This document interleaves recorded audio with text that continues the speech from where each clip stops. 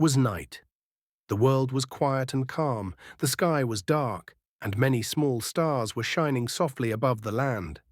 Houses were silent, and most people were asleep. Lamps burned low, and the wind moved gently through the streets. Everything looked normal, but something very special was about to happen. For a very long time, people had been waiting. They did not all know what they were waiting for, but they felt it inside their hearts.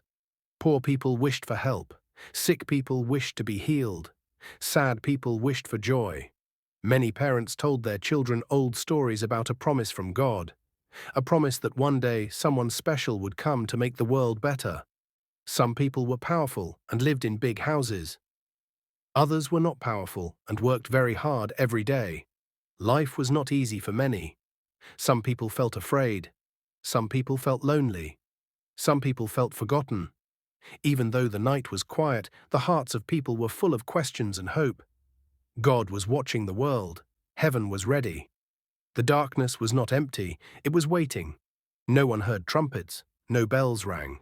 No one knew that this night was different from all other nights. But it was. This was the moment just before a great light would come into the world. The world was still, the waiting was almost over, and this is where the story pauses, right before the journey to Bethlehem begins. The night slowly turned into morning, and far away from Bethlehem, a young woman named Mary and her husband Joseph began a long journey. They had to travel to a town called Bethlehem because the ruler had ordered everyone to return to their family town to be counted. It was not a choice, they had to go. Mary was expecting a baby. Her body was tired and the road was long. Sometimes she rode on a donkey, and sometimes she walked slowly. Joseph stayed close to her at all times. He watched her carefully and helped her whenever she felt weak. He was worried, but he trusted God to protect them. The road was hard. Dust rose under their feet. The sun was hot during the day, and the air was cold at night. They passed hills, fields, and small villages. Other travelers walked the same road, but no one knew how special Mary's baby was. To the world, they looked like two ordinary people on a difficult trip. As they walked, Mary remembered the words she had been told, that her baby was a gift from God. Joseph remembered the dream that told him not to be afraid. Even when they were tired, they kept going. Step by step, day by day. They did not stop because they knew they must reach Bethlehem.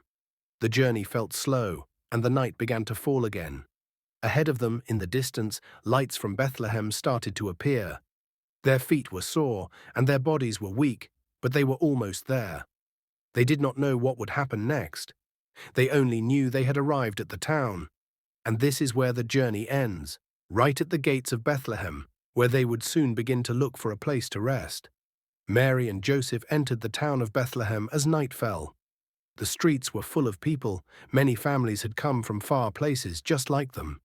There were voices, footsteps, and tired faces everywhere. The town felt crowded and busy, even though it was late. Joseph held Mary's hand and gently led her through the narrow streets. Mary was very tired now. Her steps were slow and she needed a place to rest. Joseph knew they must find shelter quickly. So he knocked on doors and spoke kindly to the people inside. At one house, the door opened, but the answer was no. At another house, there was no space. At another, the rooms were already full. Again and again, they were turned away. No one was angry, no one was cruel, but no one had room for them. Each closed door made Joseph more worried. Each step made Mary more tired. The night grew darker, the air grew colder. Mary needed help, and Joseph felt helpless. They had come so far, and yet there was no place for them to stay. No soft bed, no warm room, no welcome. Finally, someone pointed them to a small place outside the town, a stable. It was not a house. It was where animals slept. The floor was hard, the smell was strong, but it was quiet and it was safe. Joseph helped Mary inside. He cleaned a small space as best as he could. There were no blankets, only straw. No light, only a small lamp. It was not the place anyone would choose, but it was all they had. Mary sat down slowly and rested. Though the place was humble and simple, she did not complain. She trusted God. Joseph stayed close, doing everything he could to care for her. This was where they stopped walking. This was where they stayed, and in this small, quiet, humble place, something greater than anyone could imagine was about to happen. The night was very quiet inside the stable. The animals were calm, the air was still. Mary lay down on the soft straw, and Joseph stayed beside her.